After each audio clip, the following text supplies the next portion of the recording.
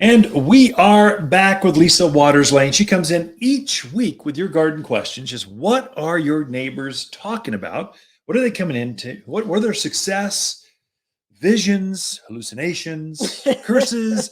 What are the bugs, animals? Just what's going on? The questions. Just there's something to be imparted and shared by the questions. So welcome, Lisa. Thank you. How's Good to be here. how's your rainy week going? It's kind of monsoons are here. It's 2 inches of rain or something, I some know, crazy it's amount this week. crazy. It's It's good. fun. Very good. Everything enjoys the moisture, us, the plants, Did you see animals. our autumn sage out front by the Yeah, street? it's gorgeous. It's been kind of colorful. It's been some flowers. The hummingbirds have been on there. This is a knee-high shrub, maybe 3 by 3 by 3, and it's green right now. It's got a fragrance. We put it out there because the javelina are Don't thick. like They it. run up and down the Yeah. street, and they don't bother that. Some Russian sage are behind that, so they step Mhm. up to about hip high, and then we've got junipers behind that. They're about well over head high. So it's this kind of layered garden out by the Mhm. street for neighbors to enjoy, and it just kind of gives us privacy. Mhm. And they've been blooming now all of a sudden since the rain. I gave them a little bit of superphosphate, fertilized them just a touch, and then the rain came, and you can't see the foliage. They're all red flowers. It's Beautiful. stunning. Oh my Yeah. gosh, In fact, beautiful. this morning I was like, oh, I should take a picture of that We should. because customers come in, they really don't have an idea sometimes how to use things, and Yeah. it really is a perfect example of how to use plant material to create kind of a screen, but still have it be beautiful. So I need to take a picture of that. It's so beautiful. I'd love to see a great picture. It's so beautiful and kind of long, so it's the entire Mhm. length of the property. Then you go to the driveway. Um, it's hard to capture beauty, Yeah. majesty, glory. That whole nature thing. Close-ups work, but a distance, it's actually hard to capture. You is. just you feel it, you see, you go, whoa, that is it's like the Grand Canyon. It's you go, whoa, that deserves a picture. You take a picture, kind of go, that's not the same. Right. So anyway, good. So Yeah. garden questions. So what are Well, people yes. talking Well, about? speaking of all the rain, Yeah, so flowers love it, but weeds yeah, love of it too. course. Yeah, it's crazy. So Lori's out in PV. She says, I have pulled weeds and pulled weeds. Yeah. I'm tired of pulling weeds. Yeah. Now, what do I do? What else can I do to take care of the weed situation? Yeah. So well, once the weeds are up, there's nothing you can do except weed. So you gotta like pull them or spray them or Mhm. do something. You gotta hoe them. You gotta do something, Right. and they'll just keep multiplying. So you want to catch those things early. So bindweed is this wild growing morning glory. It grows up fences, and it's cute. It looks good. Then it goes into flower. It's even prettier. Then the flowers turn into each flower has like 20 seeds and it spews them all over the yard and it compounds the problems. You can catch them now because they haven't gone to flower and seed yet. So Mhm. you can keep them from spreading. And it comes back by seed every year. These are true annual flowers. So they only come back by the seed. So if you can keep them from seeding, you're good. Same thing with the nut sedge. There's a real pretty grass, really big, wide blade to it, and it hasn't gone to seed yet. It will here shortly. Usually in August, it goes into seed. Has this pretty little spiky top to it. It's kind of cute, but then each flower turns into like 1,000 seeds. It's some crazy number, and it just spews out all over the yard. So you want to get on those. Mhm. What we've been doing here at the garden center, what we've been doing at our house, we're Ken and Lisa Lane. We're just friends. We're neighbors. We're talking with them. This is working for us. I think it'll work for you, even in Prescott Valley. We've been spraying Decimate. Mhm. Decimate is it's like a kinder, better Roundup. Doesn't cause the cancer stuff that Roundup does. It's just, and it's more effective than Roundup is here in this higher elevation. When it's real cool at night, Roundup doesn't work very well. It needs hot, warm. It needs desert. So Decimate, just like it sounds, is a liquid. You put it up in your pump up sprayer. Mhm. Here's the insider tip. I spray some herbicide enhancer. It's a wetting agent. It's a surfactant. Mhm. So you mix your Decimate into your 1 gallon sprayer.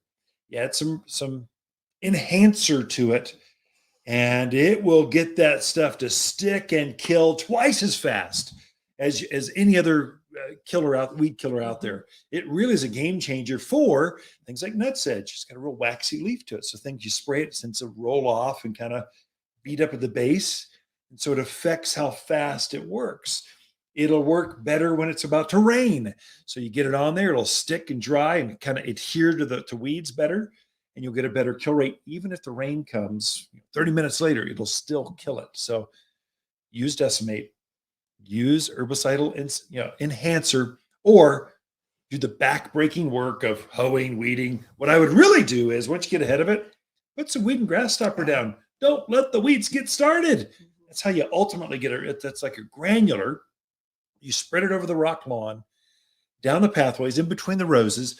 It does not affect any plants that are already growing. It only affects the seed that come up out in the garden. So I would really recommend that, especially Prescott Valley. Yeah. Oh, I got that wind out there.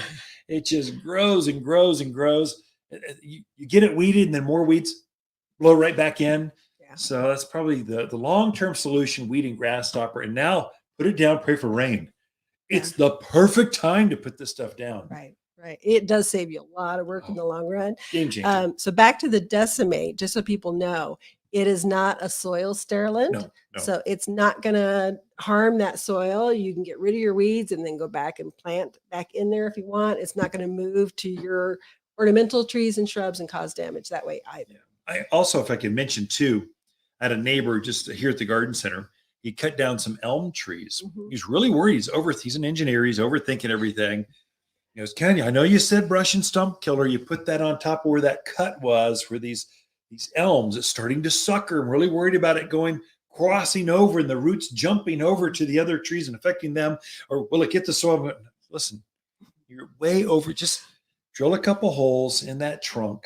Pour the brush and stump killer directly on that cut. And it's not going to affect the soil, only that roots. It's not going to travel and jump over to the next trees, only that tree and that tree root. So just trust me, just do it. Otherwise, you'll have roots, you'll have elms everywhere coming up. It'll be a curse. Okay. Well, we got a few more minutes. So John in Prescott is looking for some plants to provide erosion control alongside a driveway. Easy. Yeah. What are your thoughts? I have many thoughts. Thank you, John. I appreciate that. I don't get that at home. Just poking at you. You could help me with this. So there's lots. So we break out at the garden center. We try to merchandise the way people use the plants. And so we have a knee-high and below section of plants. They only go up about a foot and a half, and then they spread out. And these things are like junipers, cotoneaster. There's a spreading native called creeping mahonia, creeping rosemary. These are all great choices that really set their roots in there, hold the soil in. They're pretty.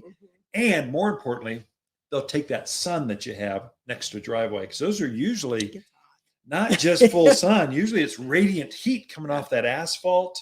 Many times you put rock down beside the driveway. So they can be really hot. You need things that can really go after that.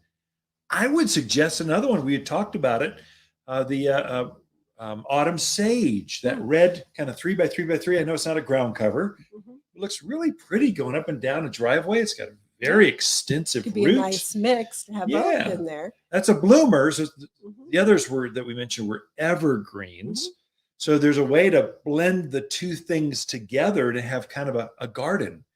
The most common, of course, the most famous that the East Coast has made for this is boxwood.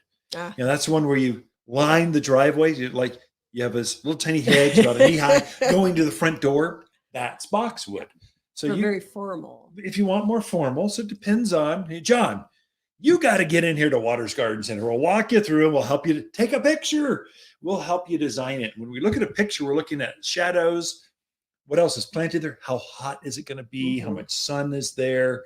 We're trying to help you figure out companion plants. We can help you design that out. Super easy. The only thing we can't measure is how long. Is it a short driveway, a long? If you could just do quickly, it's 30 feet. And here's a picture. Go here. We'll help you. Help you design that. Ken and Lisa Lain, the Mountain Gardeners. Be right back with more after this.